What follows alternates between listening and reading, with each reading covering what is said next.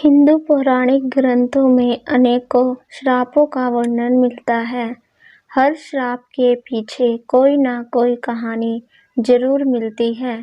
आज हम आपको हिंदू धर्म ग्रंथों में उल्लेखित 12 ऐसे ही प्रसिद्ध श्राप और उनके पीछे की कहानी बताएंगे। 1. युधिष्ठिर का स्त्री जाति को श्राप।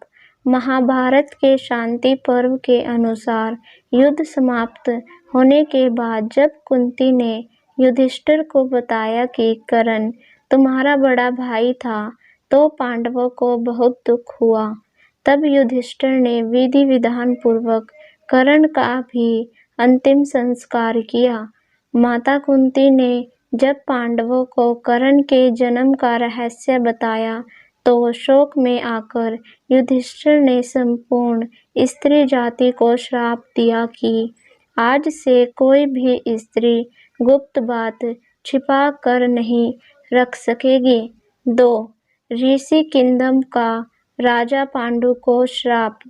महाभारत के अनुसार एक बार राजा पांडु शिकार खेलने वन में गए।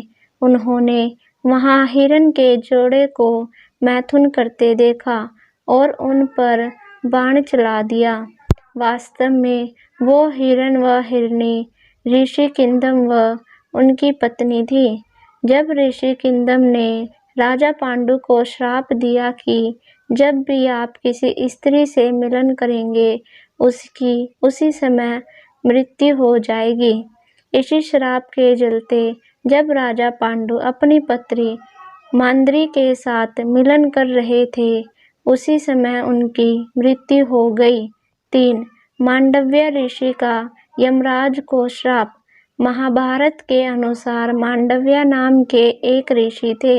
राजा ने भूलवश उन्हें चोरी का दोषी मानकर सूली पर चढ़ाने की सजा दी। सूली पर कुछ दिनों तक चढ़े रहने के बाद भी जब उनके प्राण नहीं निकले, तो राजा को अपनी गलती का एहसास हुआ और उन्होंने ऋषि मांडव्य से क्षमा मांगकर उन्हें छोड़ दिया। तब ऋषि यमराज के पास पहुंचे और उनसे पूछा कि मैंने अपने जीवन में ऐसा कौन सा अपराध किया था कि मुझे इस प्रकार झूठे आरोप की सजा मिली। तब यमराज ने बताया कि जब आप 12 वर्ष के थे, तब आपने एक फतिंगे की पूंछ में सीख चुभाई थी। उसी के फलस्वरूप आपको यह कष्ट सहना पड़ा। तब ऋषि मांडव्य ने यमराज से कहा कि 12 वर्ष की उम्र में किसी को भी धर्म अधर्म का ज्ञान नहीं होता। तुमने छोटे अपराध का बड़ा दंड दिया है, इसलिए मैं आपको श्राप देता हूँ। तुम्हें शूद्र योनि में एक दासी पुत्र के रूप में जन्म लेना पड़ेगा। ऋषि मांडव्य के इसी श्राप के कारण यमराज ने महात्मा विदुर के रूप में जन्म लिया। 4. नदी का रावण को श्राप। वाल्मीकि रामायण के अनुसार एक बार रावण भगवान शंकर से मिलने कैलाश गया। वहां उसने नंदी जी को देखकर उनके स्वरूप की हंसी उड़ाई और उन्हें बंदर के समान मुख वाला कहा। तब नंदी जी ने रावण को श्राप दिया कि बंदरों के कारण ही तेरा सर्वनाश होगा। 5. कर्दू का अपने पुत्रों को श्राप। महाभारत के अनुसार ऋषि कश्यप की कर्दू व विंता नाम की 2 पत्नियां थीं। कर्दू सर्पों की माता थी व विंता गरुड़ की। एक बार कर्दू व विंता ने एक सफेद रंग का घोड़ा देखा और शर्त लगाई। विंता ने कहा कि ये घोड़ा पूरी तरह सफेद है, और कर्दू ने कहा कि घोड़ा तो सफेद है, लेकिन इसकी पूंछ काली है। कर्दू ने अपनी बात को सही साबित करने के लिए अपने सर्प पुत्रों से कहा कि तुम सभी सूक्ष्म रूप में जाकर घोड़े की पूंछ में चिपक जाओ, जिससे उसकी पूंछ काली दिखाई दे और मैं शर्त जीत जाऊं। कुछ सर्पों ने कर्दू की बात नहीं मानी। तब कर्दू ने अपने उन पुत्रों को श्राप दिया कि तुम सभी जन्मजय के सर्प यज्ञ में भस्म हो जाओगे। 6. उर्वशी का अर्जुन को श्राप। महाभारत के युद्ध से पहले जब अर्जुन दिव्य शस्त्र प्राप्त करके स्वर्ग गए तो वहां उर्वशी नाम की अप्सरा उन पर मोहित हो गई। यह देख अर्जुन ने उन्हें अपनी माता के समान बताया। यह सुनकर क्रोधित उर्वशी ने अर्जुन को श्राप दिया कि तुम नपुंसक की भांति बात कर रहे हो, इसलिए तुम नपुंसक हो जाओगे। तुम्हें स्त्रियों में नर्तक बनकर रहना पड़ेगा। यह बात जब अर्जुन ने देवराज इंद्र को बताई तो उन्होंने कहा कि अज्ञातवास के दौरान यह श्राप तुम्हारी मदद करेगा और तुम्हें कोई पहचान नहीं पाएगा। 7. तुलसी का भगवान विष्णु को श्राप। शिव पुराण के अनुसार शंखचूड़ नाम का एक राक्षस था। उसकी पत्नी का नाम तुलसी था। तुलसी पवित्रता थी, जिसके कारण देवता भी शंखचूड़ का वध करने में असमर्थ थे। देवताओं के उद्धार के लिए भगवान विष्णु ने शंखचूड़ का रूप लेकर तुलसी का शील भंग कर दिया। तब भगवान शंकर ने शंखचूड़ का वध कर दिया। यह बात जब तुलसी को पता चली तो उसने भगवान विष्णु को पत्थर हो जाने का श्राप दिया। इसी श्राप के कारण भगवान विष्णु की पूजा शालिग्राम शिला के रूप में की जाती है। 8. श्रृंगी ऋषि का परीक्षित को श्राप। पांडवों के सर्वारोहण के बाद अभिमन्यु के पुत्र परीक्षित ने शासन किया। उसके राज्य में सभी सुखी और संपन्न थे। एक बार राजा परीक्षित शिकार खेलते खेलते बहुत दूर निकल गए। तब उन्हें वहां शमीक नाम के ऋषि दिखाई दिए जो मौन अवस्था में थे। राजा परीक्षित ने उनसे बात करनी चाही, लेकिन ध्यान में होने के कारण ऋषि ने कोई जवाब नहीं दिया। ये देखकर परीक्षित बहुत क्रोधित हुए और उन्होंने एक मरा हुआ सांप उठाकर ऋषि के गले में डाल दिया।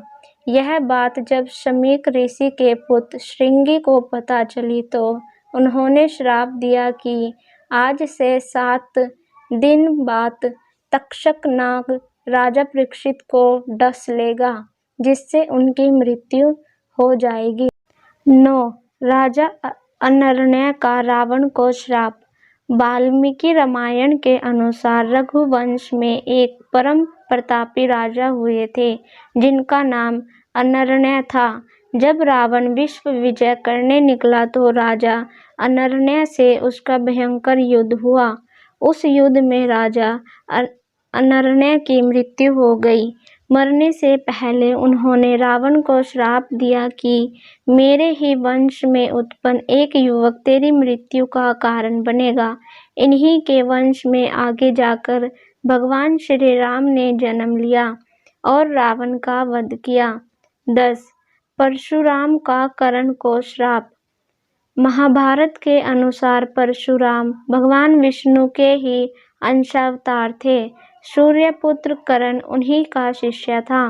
कर्ण ने परशुराम को अपना परिचय एक सूत पुत्र के रूप में दिया था।